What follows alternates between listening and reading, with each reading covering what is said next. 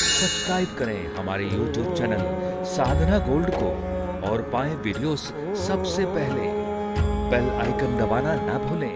संसार सागर से पार होना तो इन इंद्रियों से दूर हो जाओ। जब स्वाद के लिए कहे ये जिह्वा कि मुझे ये अच्छी वस्तु खाना, तो जिह्वा से कहो कि नहीं, जो वस्तु मेरे पास है मैं तुझे वो ही खिलाऊंगा, मैं तुझे वो ही खिलाऊंगा, मैं तेरे बस में नहीं होऊंगा। जैसे कीचड़ में कमल रहता है, आप कीचड़ में आपने कमल देखा कि नहीं?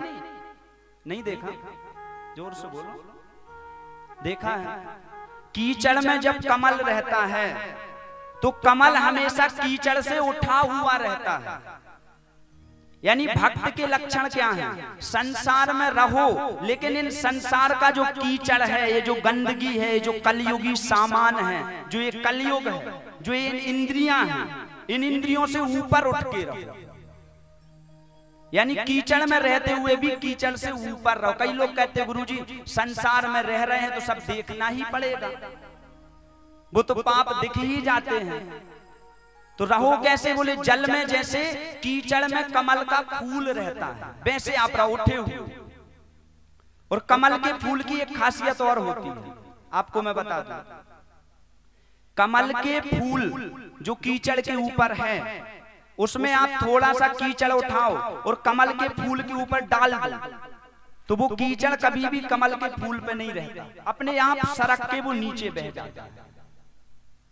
कभी भी आप चेक कर लेना। एक तो कमल कीचड़ में रह रहा, पहली बात।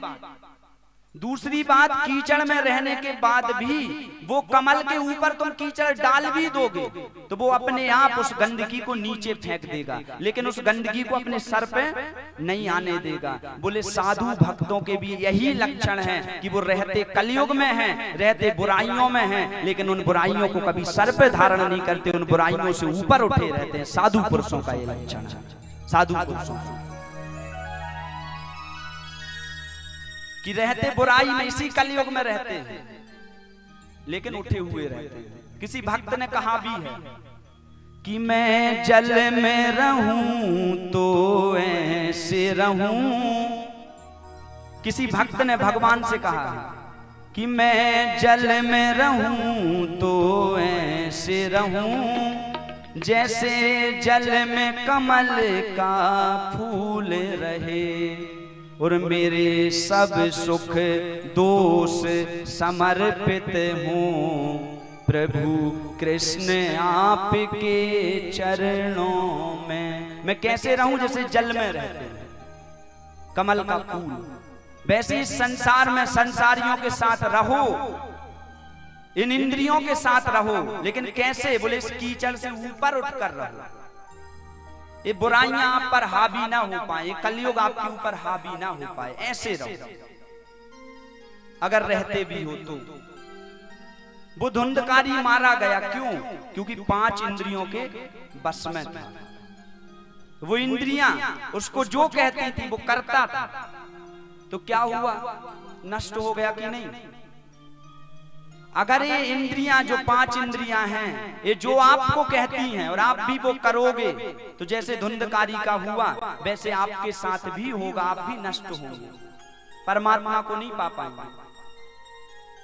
तो अगर साधु पुरुषों के लक्षण से परमात्मा को पाना है तो सबसे पहले इंद्रियों को त्याग दीजिए, इंद्रियों को बांध दीजिए। किसी संत ने कहा है कि देखना इंद्रियों के न घोड़े भगे। इंद्रियों को क्या बोले? घोड़ा कहा गया है कि देखना इंद्रियों के न घोड़े भगे, इन पे हरदम यूं संयम के कोड़े लगे। जैसे घोड़ा भागता है तो कैसे कोड़े मारते हैं? बोले जब जब ये इंद्रियां भागें, जब जब कहें कि ये करो, तो इंद्रियों को मारो कि नहीं नहीं, जिह्वा कहे कि ये खाना, तो जिह्वा को मारो, नहीं आज तूने इसकी इच्छा कर दी है तो मैं नहीं दूंगा तुझे। जब कान कहे कि नहीं नहीं हमें भजन नहीं सुनना है, तो कान से कहो कि नहीं तुझे भजन ही सुनना पड़ेगा, और कुछ मैं सुनाऊंगी, मारो इनको।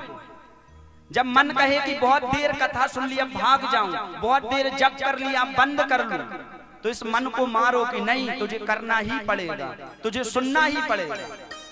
और जब आप ऐसा मारोगे तो इंद्रियां अपने आप आपके बस में हो जाएंगी और इंद्रियों के अनुसार चलोगे तो फिर इंद्रियां आपको जिंदगी भर नचाते रहेंगी और आप 84 लाख योनियों में नाचते रहोगे पूरी जिंदगी, अगर इनके बस में रहोगे तो।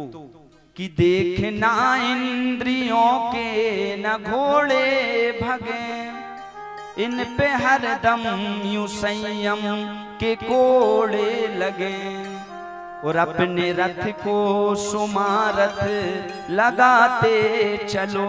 जब इंद्रियां बस में हो जाए तो क्या करो?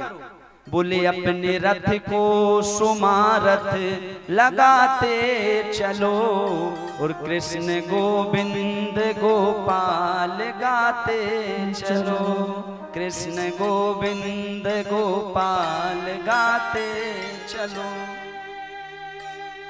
जब इंद्रियां बस में हो जाएं तो सब कुछ त्यागो, और त्यागने के बाद बस कृष्ण गोपाल गाओ, और जब ऐसा गाओगे तो तुम्हारी जिंदगी पार हो जाएगी, नैया पार हो जाएगी। जब गाते चलोगे तब